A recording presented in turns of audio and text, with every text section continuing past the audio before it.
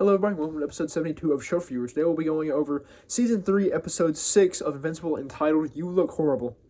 Now, we start this episode off with kind of some build-up stuff. We see as Thetis and Thrag are giving their each motivational speech to each of their armies as they begin to send out, and we see as they start sending out troops and ships and cruisers and all that, battle cruisers, and we see the first galactic fight go on. Now then, after that, we go back to the planet that the, let's just say, spaghettification of Mark happened on. But, yeah, so we go back there and we see as Nolan is breaking pillars for some reason. We see him, we put him up, and he's actually building a grave for conquest. Now, Oliver pulls up, he's like, yo, why are you building a grave for conquest? Everyone hated that guy, especially on Earth. They hated him more than they hate you. And, almost as much as they hate you. And he just he was a great warrior, and his devotion to Viltrum was very admirable. So he ends up building a grave for him and all that stuff. And then we go back to Mark, where we see as Nolan has ripped his cape off and he's wrapped Mark's stomach. Somehow they got all of his organs back into place and has wrapped him up, and there's still obviously a gaping hole in Mark's stomach area or abdomen. So we see that he has a long way to recover. But we see as Nolan kind of goes out and is fighting some random insect beast up, and he's just kind of getting some meals so that him, Oliver, and Mark can eat. And we see as Mark has to actually ingest liquid form food, and we see some brief dialogue between Nolan and Oliver, and Nolan tries to talk about Oliver about his mother, but he's like, don't talk about her. And we see that Oliver is quite jaded about Nolan not coming to visit Oliver while he was on Earth, and about him stating that his mother was a mistake to Nolan. To say how Nolan found his mother and their relationship as a mistake. But, yeah, then we kind of go to the perspective of Tech Jacket and Alan. I'm just going to call her Zoe, actually. But we see they're just messing around playing games on their little, space pod thing.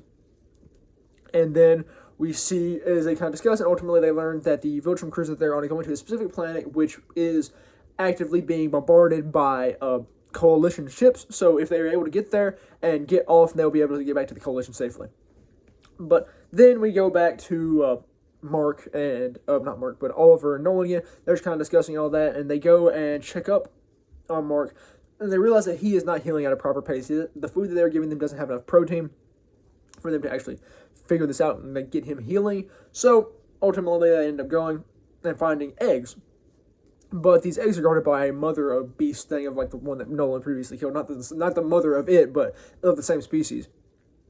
And so it's defending its eggs, and so we see as Oliver and Nolan kind of work together to ultimately acquire the eggs, and once it's done, Nolan wants to kill the mother because he's we need the food, but Oliver's we won't be able to get Mark healed up all the way if we can't recurrently get this protein, so leave it alive so it can continue to produce eggs.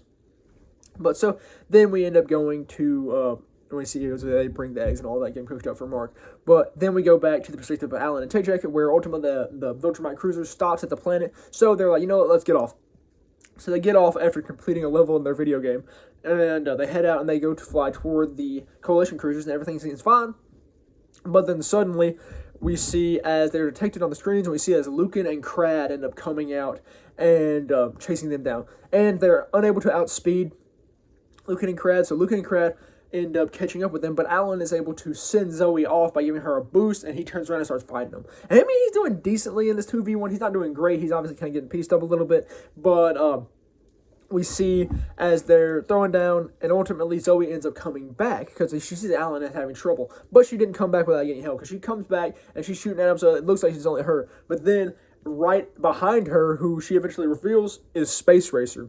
Space Racer gives Crad the Toji treatment, the Toji Fushiguro treatment. He blows a whole hole in his side and obviously kills Crad.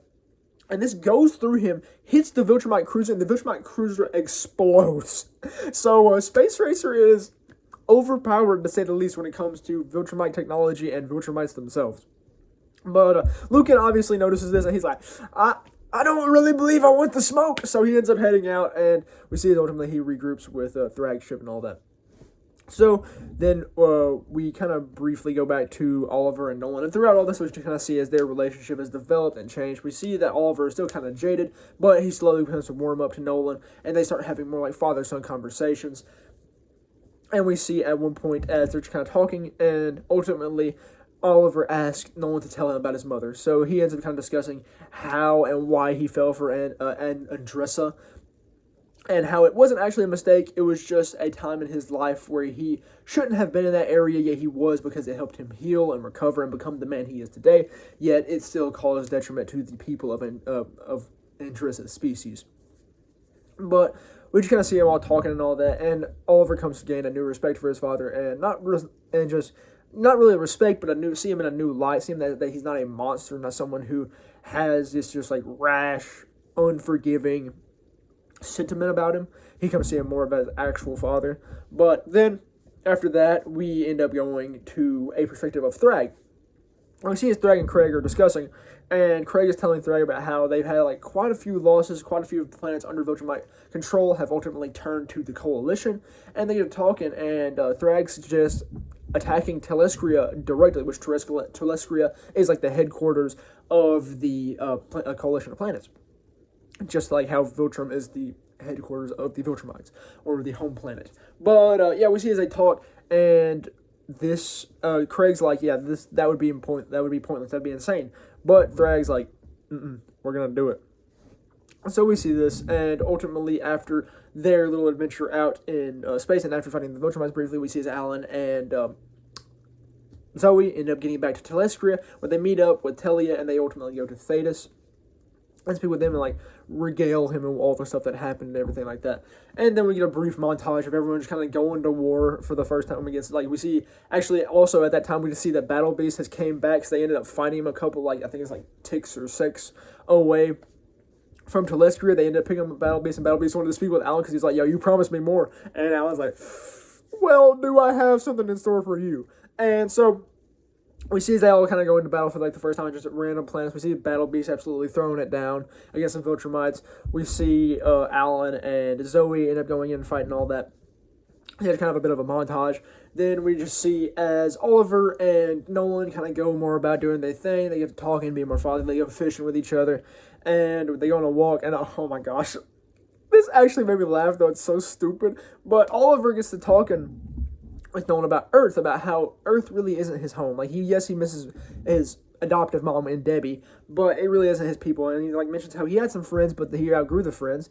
And he also gets to tell Nolan about this story about how at one point Debbie and Paul took him to like a fancy restaurant where you could like pick out your lobster, and he saw a lobster with blue spots, and he mentions how he got all fizzy inside. And Nolan obviously picks up the drift here and understands what he's talking about. He's like, I get it because it's fitting for Oliver's species, but it just took me off guard. Like, I mean, I don't know. But then we just kind of go on, and eventually we see that once they get back from that little stroll, Marcus is gone. But they ultimately end up searching him down, and he is at the grave of Conquest, who he had presumed, and he got up and he was like, oh, I thought y'all were dead.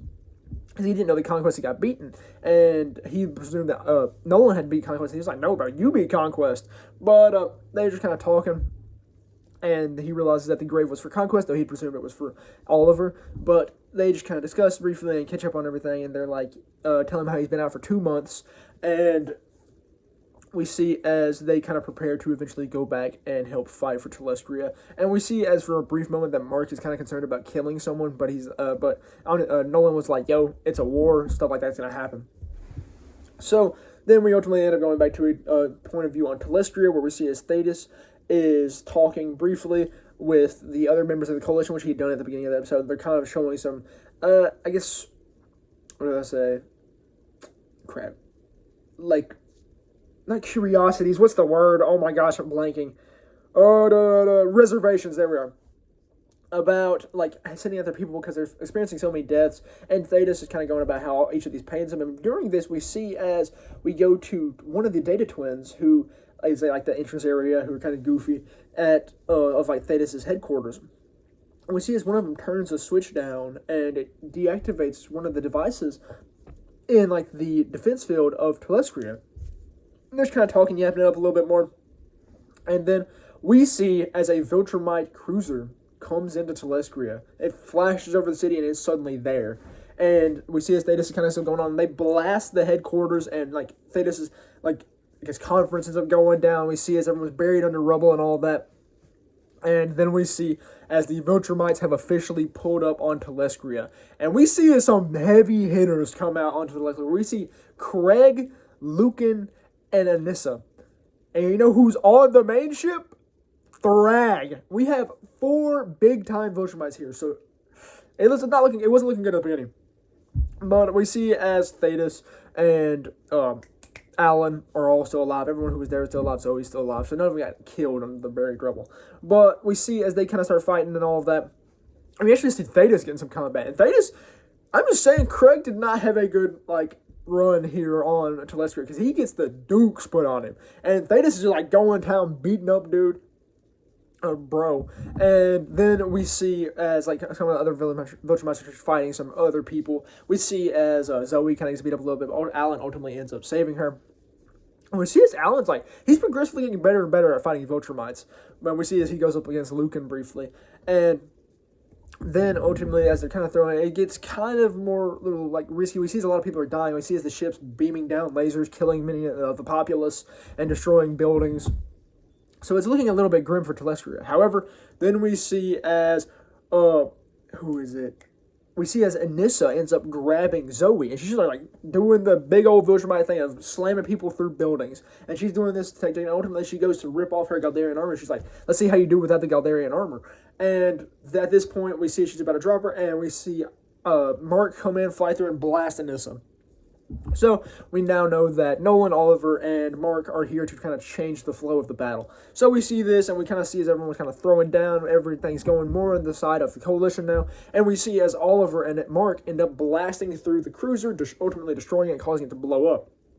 And actually split in half and then blow up. But we see this, and we kind of see as we actually get to see Nolan go up against Craig, and he hits him with a daggone Garp punch. You know how Garp punches Luffy on the head and Luffy falls down like that? That was the exact thing. He Garp punched Craig. Craig, like I said, did not have a good run here on Telescria. But yeah, so we just kind of see all of that. We're eventually seeing fighting, and ultimately the Viltrumites end up retreating as the Viltrumite cruisers falling apart. We see as Thrag ultimately ends up saving Argyl's school. He's been talking to Argyl's school throughout all of this about his plans and everything, and he ends up saving it. And he hauls all the Viltrumites together, and they end up leaving planet, returning to space. So after this, we see as everyone's kind of talking, and they're like, how could this have happened? Only someone from the inside could have caused this catastrophe. And ultimately, they find one of the Dead Twins, the ones that actually didn't betray him, and they're like, yo, what did you do? Because they ultimately deduced that that was the only people inside who really had control of that. And he's like, no, it was my brother. And ultimately, he ends up shooting him in the head, but this doesn't kill him. And they just kind of talk briefly, and we see as they discuss some the information about the Viltrumites, since he has been an insider for years. So he tells them what the Viltrumites are planning and why he changed, because he was fearful of dying.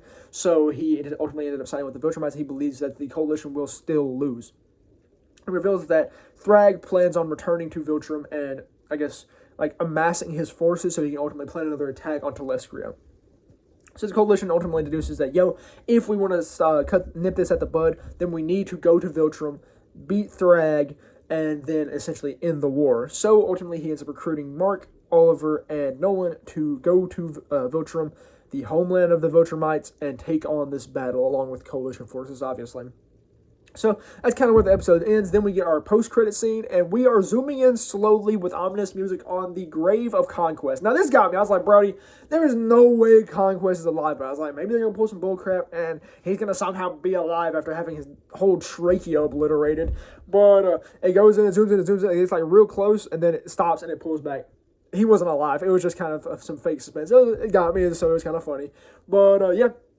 That's all there really was for You Look Horrible, or Season 3, Episode 6. Not Season 3, Season 4. I'm sorry, I said that the wrong season at the beginning of the video.